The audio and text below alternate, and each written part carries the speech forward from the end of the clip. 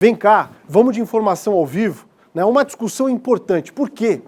Começa a se aproximar a possibilidade de uma flexibilização na educação em Santa Catarina. E com a gente ao vivo hoje vai falar o secretário de Educação da capital, que é um cara muito competente, o Maurício Fernandes, está aqui com a gente, né?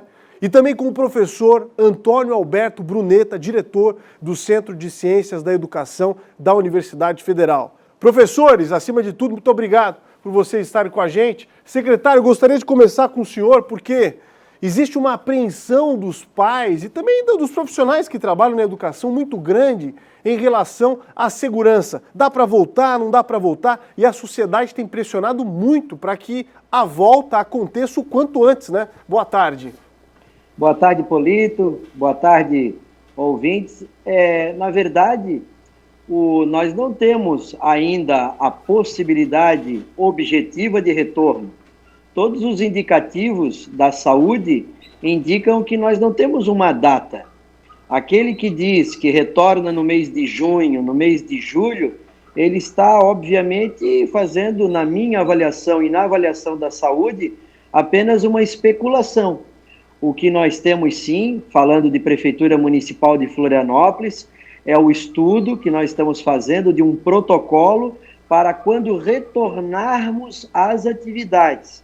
Agora, nós não temos nenhuma possibilidade de dizer a data ainda. Todos nós gostaríamos que retornasse o quanto antes, mas nós temos que ter todo o cuidado para que esse retorno, ao ser feito, seja feito com muita segurança. Temos um exemplo essa semana. A França fez o retorno às atividades educacionais e mais ou menos 70 escolas começam a ser fechadas novamente em decorrência da Covid-19. O critério do prefeito Jean Loureiro foi salvar vidas e preservar as vidas. E é por isso que toda a discussão em relação ao retorno tem que ser feito com muito cuidado, com muita segurança e baseado em critérios técnicos e objetivos. Se fosse baseado em vontade, com certeza a nossa vontade é voltar amanhã, mas nós não podemos ser irresponsáveis. Professor Bruneta, obrigado por estar com a gente também. Falando em critérios, na avaliação do senhor, de repente não seria possível, né, intercalar dias, escolher turmas ou idades em relação ao retorno? Como é que o senhor avalia essa questão? E também gostaria que o senhor falasse no sentido do prejuízo educacional que essa interrupção no meio de um ano letivo tem causado a milhares de catarinenses. Boa tarde, Polito. Boa tarde, professor Maurício. Boa tarde a todos os telespectadores. Bom, eu acho que a palavra de ordem é prudência.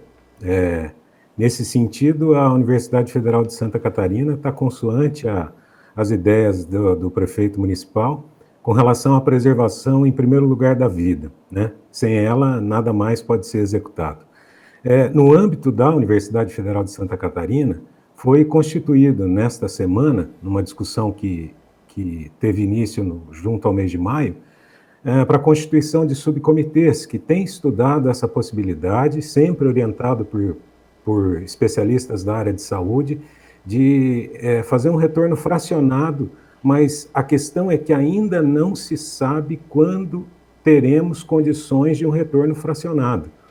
Seja com 1/3 da comunidade acadêmica presente, seja com 1/6 dessa comunidade. Disso depende estudos minuciosos sobre espaço físico, infraestrutura. Vale lembrar que, no caso da Universidade Federal de Santa Catarina, nós realizamos um intercâmbio que é internacional. Nós temos professores estrangeiros, temos alunos de outros estados, temos educação infantil com crianças de 0 a 5 anos. Então, essa diversidade também faz com que essa tarefa de planejar o retorno, quando ele for possível, para quando ele for possível, ainda tarde um pouco. Eu queria, com relação aos prejuízos, eu queria lembrar que a atividade educacional, ela talvez não seja considerada essencial, mas ela é fundamental. No entanto, se a gente for parar para pensar sobre esse prejuízo, há um encadeamento de aspectos de funcionamento do sistema educacional brasileiro que precisa ser levado em conta. Muito se fala hoje, por exemplo, sobre o Enem, né? se a gente interromper os fluxos, ou se a gente sincronizar os fluxos de vários acontecimentos do sistema educacional, a gente torna tudo isso sincrônico, né? De modo que essa interrupção ela não trará tantos prejuízos. Prejuízo, sim, é o que a gente tem observado. As relações de trabalho de professores de rede pública, que têm que dedicar horas em nível absurdo e desumano para conduzir o trabalho pelas redes. Prejuízo seria ampliar a desigualdade entre as crianças que têm e que não têm acesso às modalidades remotas de ensino. Enfim, essa é a minha avaliação a respeito dessas duas questões. Por falar em ensino à distância, já que o senhor tocou nessa história, secretário, como é que o município tem tentado suprir essa demanda? Novas estratégias estão sendo traçadas e de que forma isso pode acrescentar, engrandecer no estudo, a ponto que, para não ter tantos prejuízos, estamos utilizando as ferramentas tecnológicas para ajudar na continuidade da educação, não? Com o encerramento das aulas, momentaneamente, no dia 17 de março, já no dia 19 de março, nós colocamos o portal educacional no ar, 2 dias depois. O portal já tem mais de 160 mil acessos. Todas aquelas crianças, aquelas famílias que não têm condição de acessar o portal, nós temos uma série de estratégias, desde a criança, junto com a família, agendar uma ida à escola de maneira organizada, de maneira a não gerar aglomeração na escola, agendado com o diretor para usar as novas tecnologias, as nossas tecnologias. Temos usado ferramentas de internet, WhatsApp, e-mail, e também nossas escolas estão entregando materiais para as famílias, inclusive gerando situações interessantes, que muitas famílias que têm acesso à internet também estão optando por pegar os materiais impressos. Exemplo, amanhã, na Escola Maria Tomásia, lá no Santinho, vai ter a entrega de material impresso. Então, toda semana, dependendo do cronograma acertado com cada uma de nossas escolas, existe a entrega de material impresso. Então, nós não podemos ficar, nesse momento, parados. Nós não podemos ter 2 meses de atividades paradas, sem uma perspectiva objetiva de retorno, sem fazer nada com as crianças. Então, esse momento que nós estamos vivendo no município, de atividades não presenciais, é justamente para a gente não ter uma perda substancial no processo de ensino-aprendizagem. É o que nós gostaríamos que fosse? Óbvio que não. Se assim o fosse, nós teríamos desde muito tempo o ensino à distância ou ensino não presencial, mas é o que temos nesse momento. E nós estamos trabalhando, sempre quando encontramos uma dificuldade, um problema, estar do lado da solução e não do problema. Por isso que eu quero aqui fazer um registro, que o comparativo com a educação superior é bem diferente. Eu não posso deixar uma criança em casa 2, 3, 4 meses sem nenhuma atividade. Então essas atividades estão sendo feitas pelos nossos professores, tem aula não presencial, tem aula online. Eu mesmo vou participar na sexta-feira de uma atividade online com o pessoal do 7º e 8º ano da Escola Maria Conceição. Acabo de ser convidado pela turma. Eles querem conhecer como é que foi a minha trajetória para chegar até a Secretaria Municipal, como é que eu estudei, o que eu estudei e assim por diante. Então, são momentos que nós temos que ter para ter o encontro dessas crianças com o conhecimento. Senão nós vamos ficar com um problema seríssimo educacional. Então, estamos nesse momento, sim, minimizando esses impactos da aprendizagem. Uma das palavras que o senhor falou e que eu gosto muito é solução, né? Até porque tem como princípio humano ver sempre as coisas pelo lado positivo. E aí eu pergunto para o professor, o catarinense tem por si só, e quem vive em Santa Catarina, uma habilidade tremenda de fazer de meio limão uma limonada. Professor Bruneta, o que a gente pode tirar de positivo de uma experiência como essa? Bom, eu acho que, em primeiro lugar, essa possibilidade de reafirmar princípios e garantir questões que são fundamentais e muito caras a toda a sociedade brasileira.